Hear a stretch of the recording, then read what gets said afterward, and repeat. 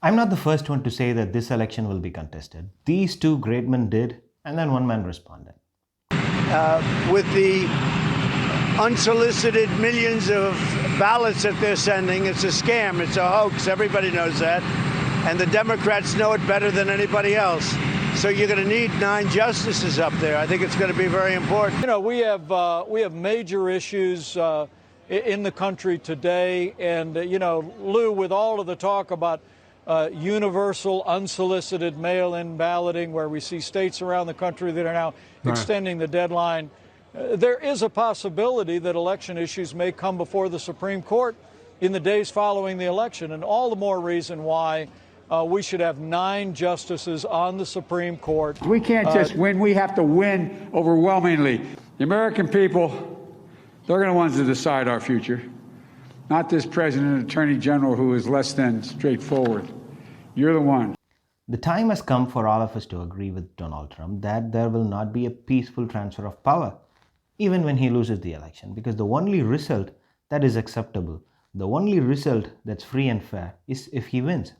Instead of asking what Donald Trump is going to do and how he is going to do it, let us ask ourselves, will he be able to do it? Will his efforts yield the result he desires? If he was planning for a successful coup, then he has done a lot of work to undermine his own success. With Donald Trump, his first step is always the best step, and after that, it almost always goes downhill. And the latest one to join his illustrious career of making a mess out of great opportunities will be his attempt to contest the election. Number 1, if you're planning a coup, you need the element of surprise.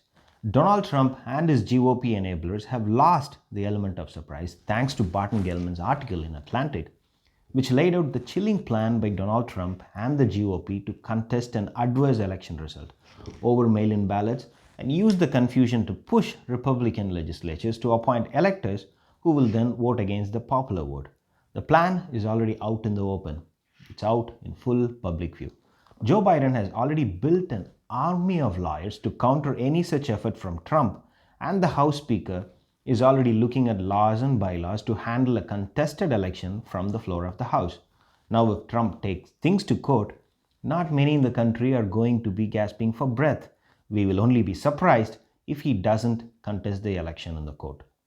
Number 2, if he wanted Amy Coney Barrett to be his pawn, Trump must have kept his mouth shut. But as usual, he made a mess by openly saying this. With the unsolicited millions of ballots that they're sending, it's a scam, it's a hoax. Everybody knows that.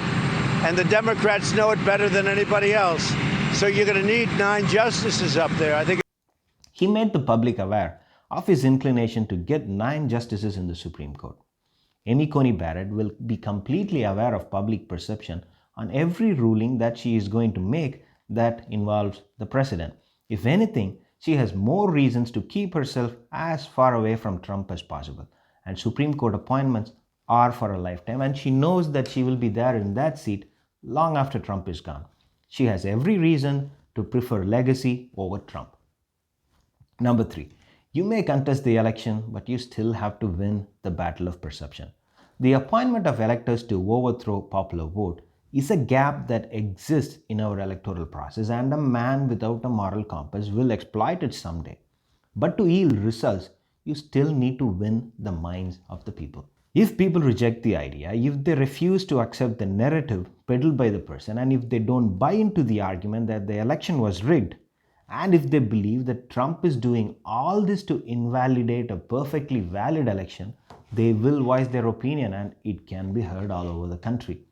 If the environment is against, the House members, the senators, and all elected officials will feel the heat, and unlike Donald Trump, who has only 4 more years, these elected officials have a future.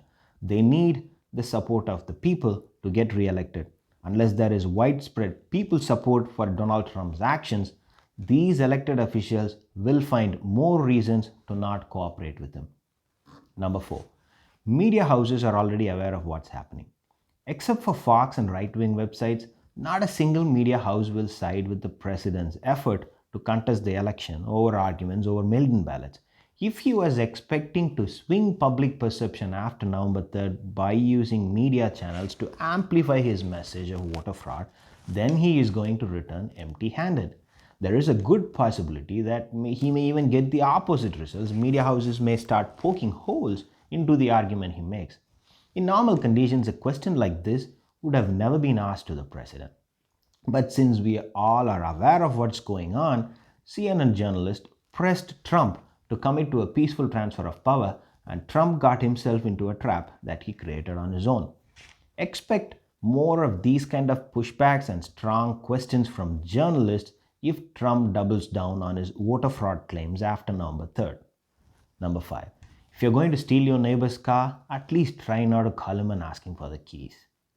Joe Biden is not only aware of what's coming after November 3rd, he is already working overtime to throw as many obstacles as possible in Trump's way.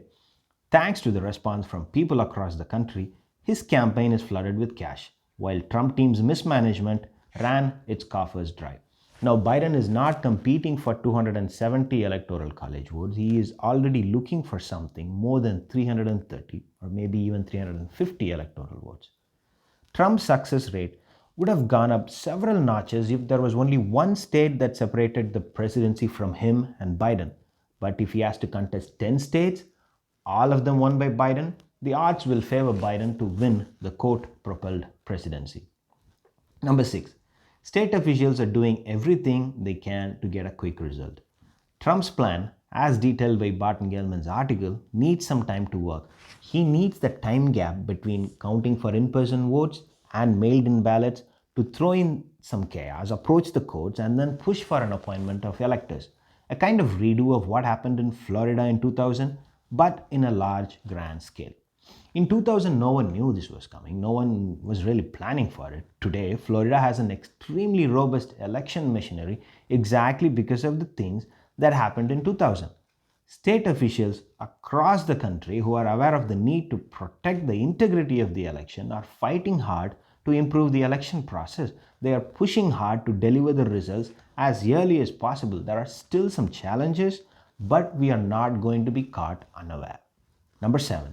Biden's map is already way too big for Trump to steal the election. I am confident that Trump is going to do whatever he can to contest the election as not free and fair and do everything in his power to hold on to power.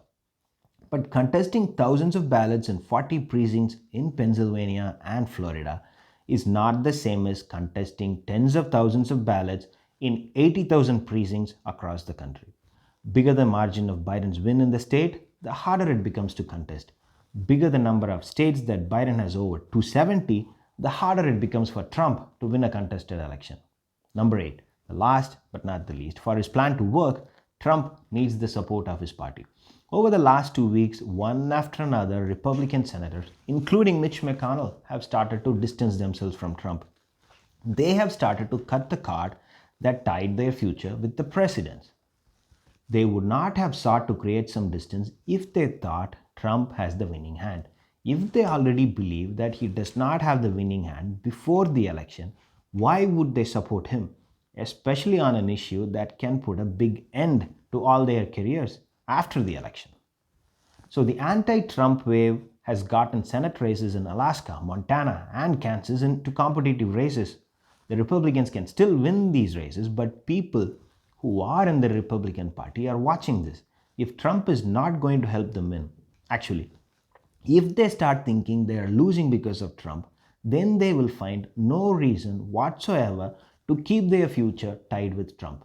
And nothing explains this running away from Trump phenomenon better than this following clip. Question was, are you proud of your support for President Trump? I'm proud to be fighting for Arizona every single day. Is that a yes or a no for President Trump? Putting legislation on President Trump's desk. So you're proud of your support for President Trump? You look at the legislation we put on his desk, it's to cut Arizona taxes. It sounds like she is proud of her support for President Trump. I'm proud to be fighting for Arizona over here. If a group of senators come out after the election and denounce Trump's action, Trump really will not stand any chance to win the public perception battle. Without winning the perception battle, coups are almost always short-lived. Some get into trouble when they reach the runway. The Trump plan is losing momentum even before it can reach the runway. Did anyone say Trump is a great TV guy but the worst manager? I think it might be true. Thanks for watching. If you like the content, please subscribe.